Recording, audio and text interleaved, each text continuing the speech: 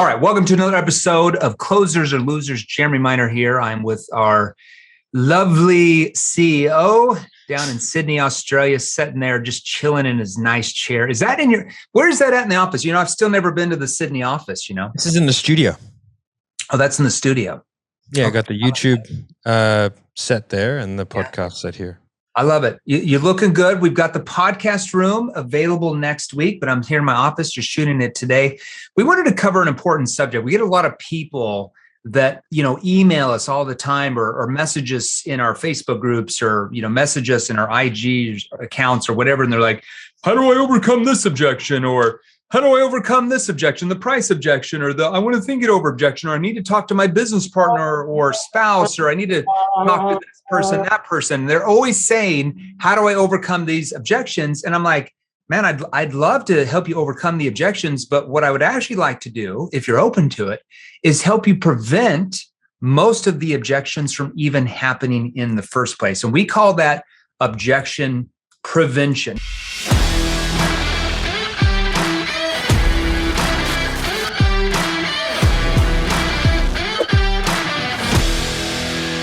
Now, Matt, you're the CEO, business partner now, but 3 years ago, you were a client when I first started out here. Had you ever heard of objection prevention before I came onto the scene with you?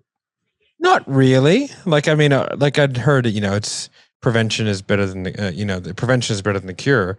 Yeah. But it's not really something is much more focused on how do you, what wizardry can you pull at the end of a call when you get the inevitable objection, because sales is just a numbers game.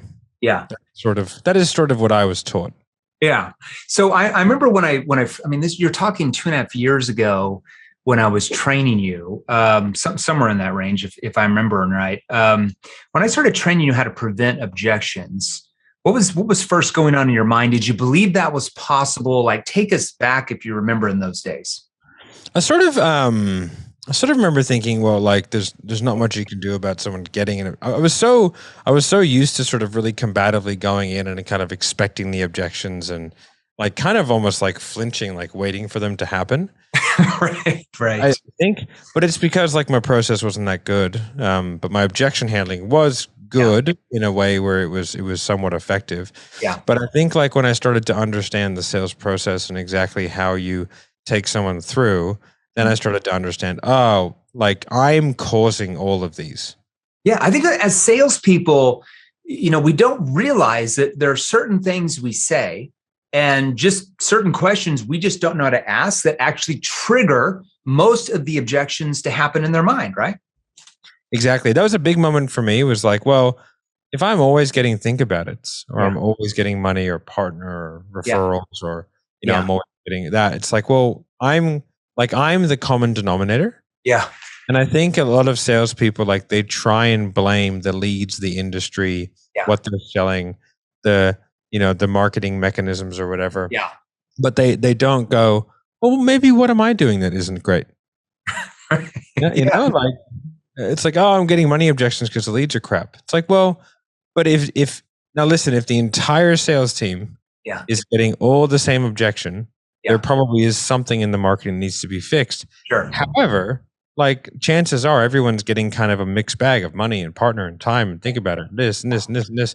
So it's you in particular, if you're getting all of these ones, then fix something in your process. Yeah, if you're getting the I want to think it over objection a lot, and let's say other salespeople in your, let's say in your company maybe get it half as much as you, then there's something that you're doing that's triggering that response, right? You're creating uncertainty in that prospect's mind where they're just reacting by saying that, because as you and I both know, I want to think it over, just that objection in particular, that's not an objection. That's just a response, and there's an objection behind that, and that's why they're trying to get rid of you by saying, I want to think it over. It's not like they're going to go home or go back to the office and oh, I really need to think this over. Let me write this all out. And they just think it over for 2 weeks. They don't even give it a thought. There's some type of objection they have or some type of uncertainty that's caused them to actually say that to you. Exactly. And a partner is very similar. Same with check finances. Everyone knows their finances. Yeah. Everyone knows how much money they have in, going out, et cetera, et cetera. Yeah. And like partner objection, in my opinion, is most of the time. Sometimes it's just a genuine logistical thing, and you got to work with them on it, and etc. But it's just an appeal to a third party that isn't there, so you can hand off the responsibility of making a decision because there's something in which you are uncertain about, and that uncertainty is usually from the experience that I have with helping to train salespeople in companies is a lack of building of the gap. Yeah. Right. And it's just the future. The future is not clear enough. Yeah. Of success, the future of failure is not clear enough. Yeah. And then you haven't built a wide enough gap that's worth doing something about. Yeah, and if you guys can see us, I know some of you listen to this on audio and some of you can see this on YouTube, but if you can kind of see what I'm doing here, here's the gap that Matt's talking about. In our structure, in our sales structure, once you learn NEPQ, that stands for Neuro Emotional Persuasion Questioning. Okay, if you haven't joined our Facebook group, free Facebook group, go now. We got a Facebook join link here. You can go learn all about NEPQ, get some free resources on that and all that kind of stuff. We got a link here for you. But here's the gap. We're asking we're asking them situation questions to help them and us find out what their current situation is. We call that their current state. Here's where they're at. Okay. Our questioning ability determines the gap between where they are right now compared to where they want to be. This is what Matt's talking about. We call that their objective state, or you could call that their future. Okay. Here's their current state. Here's their objective state, where they want to be, their future. What's the gap in between? The gap is only determined by your questioning ability. The gap is not determined by just them being an easy lead.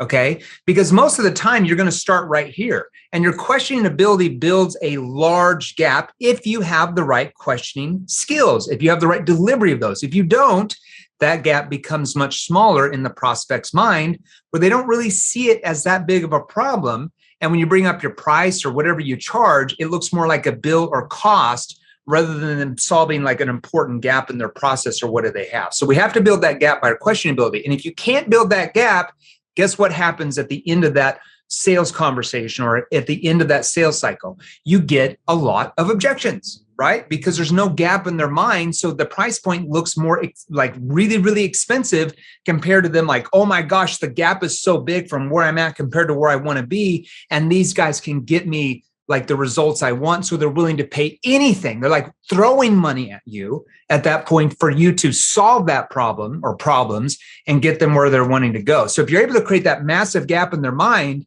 you don't really have many objections. You get tons of laydown sales. You know what I mean? What are your thoughts on that? I think an objection to sales should always be the goal. Listen, I think you need to have the skills to overcome objections. It's a very important skill because, you know what I mean? It's just something that you need to be able to handle, I think, effortlessly. Yeah. Right. But, having the wherewithal and the lack of ego to realize that you are inducing these objections. Yeah. Like if you're someone who always gets think about it, like that's your fault. If you always get money, that's your fault. If you always get partner, that's your fault. And sometimes, and this is going a little bit meta, sometimes it's because you cannot overcome a partner objection you're in yourself. If you cannot make a decision without asking your wife or your husband, how can you expect someone to do the same? That's right. If you will not move forward, if you are always the person who's like, I need 24 hours to think about this, then you are the problem because you have no conviction behind you when you try and overcome that. And also it's how hard. Can you overcome an objection that you yourself give all the time? Exactly. And that's one of the things that I tell salespeople all the time. I was like, good salespeople are easy to sell because they are constantly looking for ways to make their situation better. They will pay money in exchange to solve a problem because they want their problems to be solved because they are good salespeople. So they understand the importance of solving problems. True. Right. And they probably have kind of done their own process to themselves. Yeah. Right. To where like they've sold themselves into doing it. And now it's just about finding the right fit. But I think like, if you're constantly, if you need to have a look at your process and then, make small adjustments and tweaks along the way for the account that you're on or whatever it is you're selling or for the business that you have to be able to like mitigate some of those objections, especially if you know they're coming. Like, for example, I used to sell a product which was like weight loss coaching from like basically menopausal women. Yeah. Okay. I knew I was going to get a partner objection. That was the most common, right? Because a lot of them were not working. Their partners made the money, right? So they wouldn't want us. It was expensive. It was like $4,000 for a fitness pro. It was pretty expensive. Sure. So I had a whole part of my script which was dedicated to pre-handling partner. Yeah. And at the end of that, I did not get partner because I had in process pre-handled that effectively enough to where I knew consistently I would not get that, and it made it a much easier sale.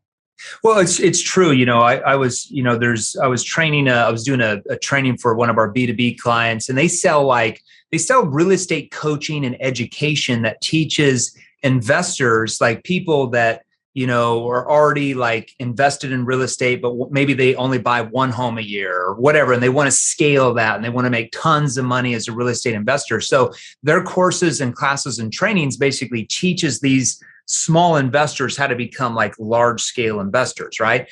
And so what I was telling their salespeople is that basically if you're asking like solution awareness questions, like, okay, so before we met today, were you out there looking for, courses or trainings you could go through that are going to give you the right skills so you could actually scale your business, right? And let's say that the prospect says, yeah, I tried XYZ course. Okay.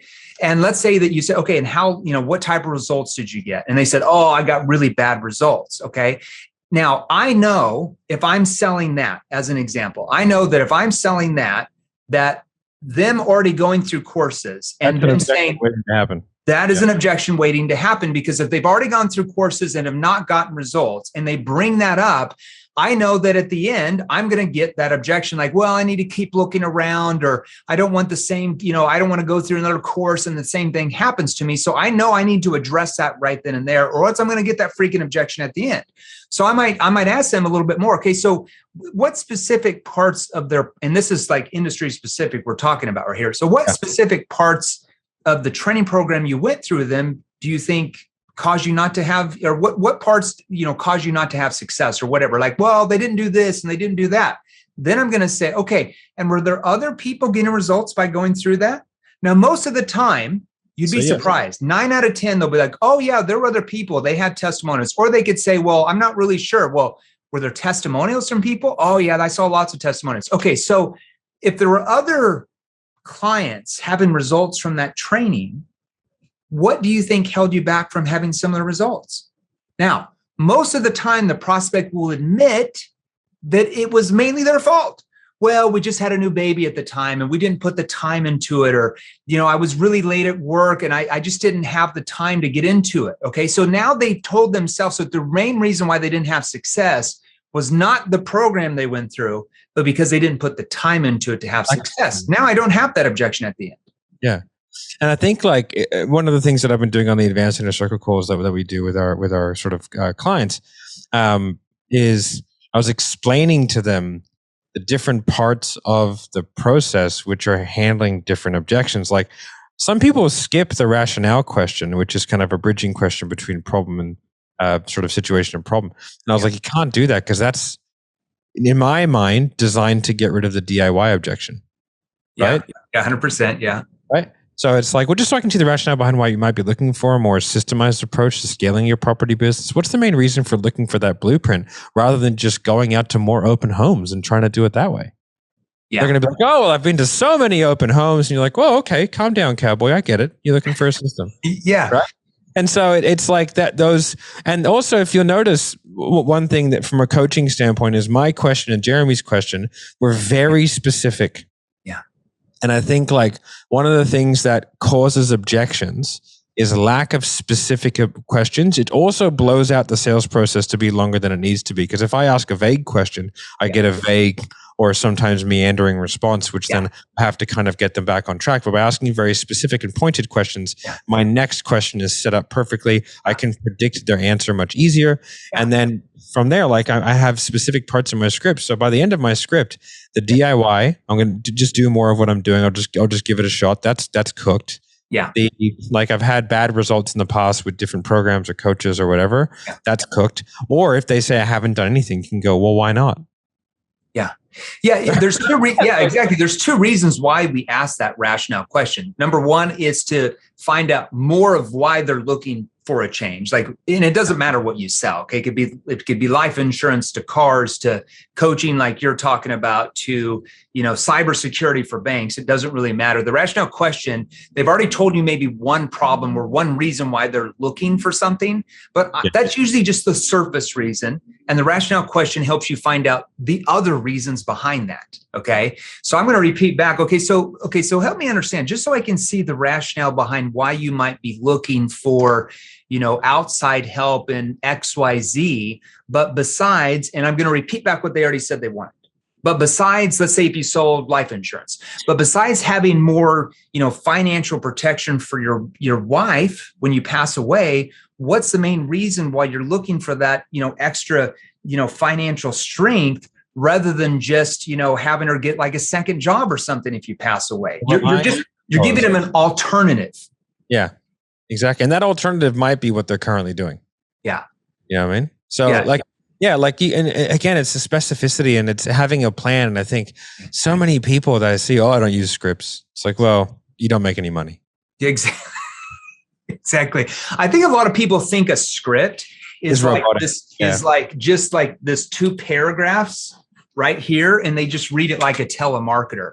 Now, if that's your version of a script, we would agree with you too. Like if you have a 2 paragraph line by line thing you just spew off, I wouldn't use that either. When we're talking about a script, we're talking about more of a sales structure that's categorized with connecting questions that take the focus off you, puts it on them, right? Situation questions helps them and you find out their current situation. Problem awareness, right? Helps them find out what the real problems are, why they have the problems, how the problems are affecting them. So it's the structure of questions that we're talking about when we say a script, not like a 2 paragraph telemarketing thing that you just spew out and hope and pray they buy. There's a major difference in that. And I've memorized my script back to front, but I still have it there when I sell because it just allows me to not have to worry about the possibility of getting lost in where I am. Yeah. I can just truly listen to the prospect, because that's the biggest. I mean, if we're being honest, the real reason people don't make sales is they just don't listen to people. Like if we're like that is, I'm sure like when you review calls in our inner circle program, you can hear the gears and the internal monologue of the salesperson. And like, you can hear what the prospect has said that they didn't pick up on and go, in the first 5 minutes, you got to think about an objection. You couldn't overcome it. This is a no sale. No, like, how do you know that? Be like, because they just told you how to sell them right there and you ignored it.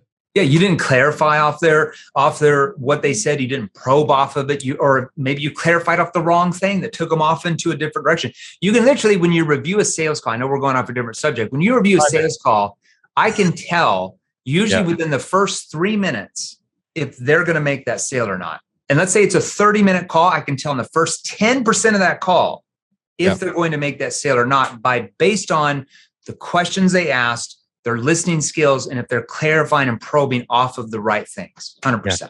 I can also tell how good someone has the potential to be by the questions that they ask.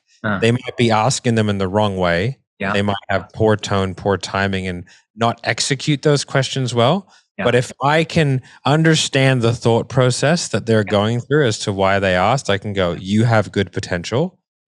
You just do this. That. And I can usually figure that out. Actually, one of the girls from Inner Circle, she was brand new, and I actually gave her a job. Like, she's brand new. Who's that? Ashley. Oh, so, okay, good. Because I heard her role play, and I was like, you don't know how to do this yet, but you're going to be very good. Yeah. And I was like, bing, bang, bong, what do you do? Okay, cool. You come over here now. I like it. No, 100% of the time. So let's give them a few. I know we've only got about 5-6 minutes here. Let's give them some few tactical things that we might hear in a conversation, selling anything, right? We've trained 150 some different industries. So we hear this in really any industry on planet Earth. Let's give them a few maybe examples of things that we might hear in a sales call that if we pre-handle that objection, we know we're not going to get that objection at the end. Maybe let's give them a few tactical things.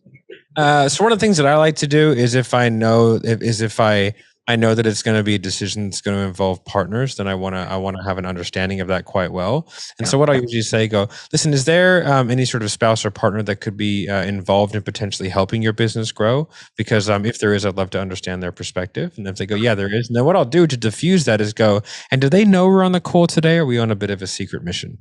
I like that. Okay, good. Do they know we're on the call today, or is this a bit of a secret mission? Now, tell everybody why you say that. Because it's like, I don't want to be the sales guy that's going, I need all the decision makers on the call. Yeah. Right. But I need to uncover that. Yeah. Right. Yeah. And then from there, diffuse it and like get on the same side. If they're on a secret mission, it's me and them versus the partner. Yeah. Right. So it's like we're getting on the same side. We're diffusing it with a little bit of humor. So I can ask an otherwise fairly salesy question. Yeah. Right. In the same way that you go, do you mind if I ask you a cheesy question? You know what I mean? Exactly. Perfect. With a little bit of, cheesy. Little humor. Yeah. Calling it out for what it is, but I want that information. So that's really helpful for me. I use that sometimes in like, if I'm doing a 2 call, I use that in the first call because I want to have them both in the second call. And I always say perspective. I know that a lot of time business partners and spouses, especially with the male and female brain, we have different perspectives on life. And I'd love to understand their perspective on this issue. I like that. And let's say it's a business to consumer sale, because there's a difference between B2B and here B2C when how you bring this up. Let's say in this example that I'm about to give you, it's B2C, business to consumer. Let's say there's a spouse involved. They're not on the sales call. I might simply say, and I'll try to give a few different industry examples, but I might say, okay, so how does your wife feel about you? Let's say if you're selling, I'm just going to throw something out there. Let's say that you're selling like Amazon training, or let's say that you're selling some type of like network marketing opportunity or business opportunity or franchise or anything like that. I'll just give you that example right here. I might say, how does your spouse feel about you starting your own business so you can make more money? Notice how I'm tying in how the spouse would feel about them getting what they just said they wanted. Yeah. It's very hard for them to come back and say, I don't think my spouse would want me to make more money. But sometimes 10%, they'll come back and they'll say, well, they're pretty skeptical about things like this. I know that's going to be an objection. So I have to resolve that right there. Hold on. How do you mean by they're skeptical? Well, they've tried a few things in the past and blah, blah, blah, blah, blah. John, can I make a suggestion to you? Have you ever considered that way of thinking, based on what your wife happened to her like long time ago in the past, might be preventing you guys from ever finding a business where you have financial freedom in your lives? Yeah, I know. And well, how is she going to overcome that way of thinking so you guys can move forward and have your own business and make more money? See, I have to help her overcome that way of thinking so they can move forward and get what they want. Could be the same thing in insurance. I'm just rewording that. Could be the same thing for a car if I'm selling cars. Could be the same thing for, real estate, like a home or whatever. It could be the same thing. Now, business to business, it's a little bit different. Okay. I might be on a call with like a C-level executive, for example, and let's say that I'm selling, I don't know, cybersecurity or something like that to a bank. Okay. And I might get on there and I might say, well, how does your organization feel about you guys? And I'm going to repeat back the problem. How do you guys feel about, how does your organization, how does your boss in your department feel about you guys actually solving this problem so you can protect your customers' identities? See, I'm going to repeat that back. Oh, I think they would want to, blah, blah, blah, blah. And then I'm going to get that boss involved. Make sense? Yeah. When we were training, or we still are, that seatbelt manufacturer, that was a really big one, because we knew that the main objection was going to be, I'll just go with the cheap Chinese stuff. Yeah. Right. Because they're selling super high-end textiles to AMG, you know what I mean, BMW and stuff like that. And so it was like, well, how are you going to protect, how are you going to put yourself in the best position to be able to protect your customers in the best possible way if you're just going with the cheap textiles from China? Yeah. And they're like, oh, shit, we can't. It's like, okay, So I think another red flag for me, which is a little bit sort of, is if someone is constantly talking about would, should, could, future. Yeah.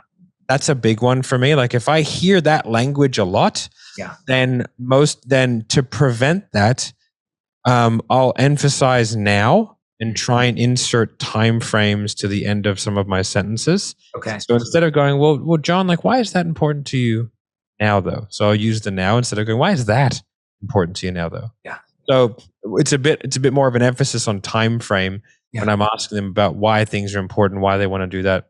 Yeah. In consequence, I'll make the time frames instead of going, the next 3, 6, 12 months. I'll go, what happens if nothing changes, John? You don't make any change. You don't make a difference. You keep doing the same things over and over again over the next 2 days, 2 weeks, 2 months, 2 years.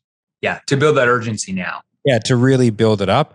And then I'll stay in consequence longer if they've been doing that to really make sure that I grind down the now. And then my commitment questions will be much like, I'll push them away much more. We don't have to do it now, John. Yeah. You could be the next new year, new me story. There's no reason. No one's going to make you do this. No one's going to put a gun to your head. Yeah.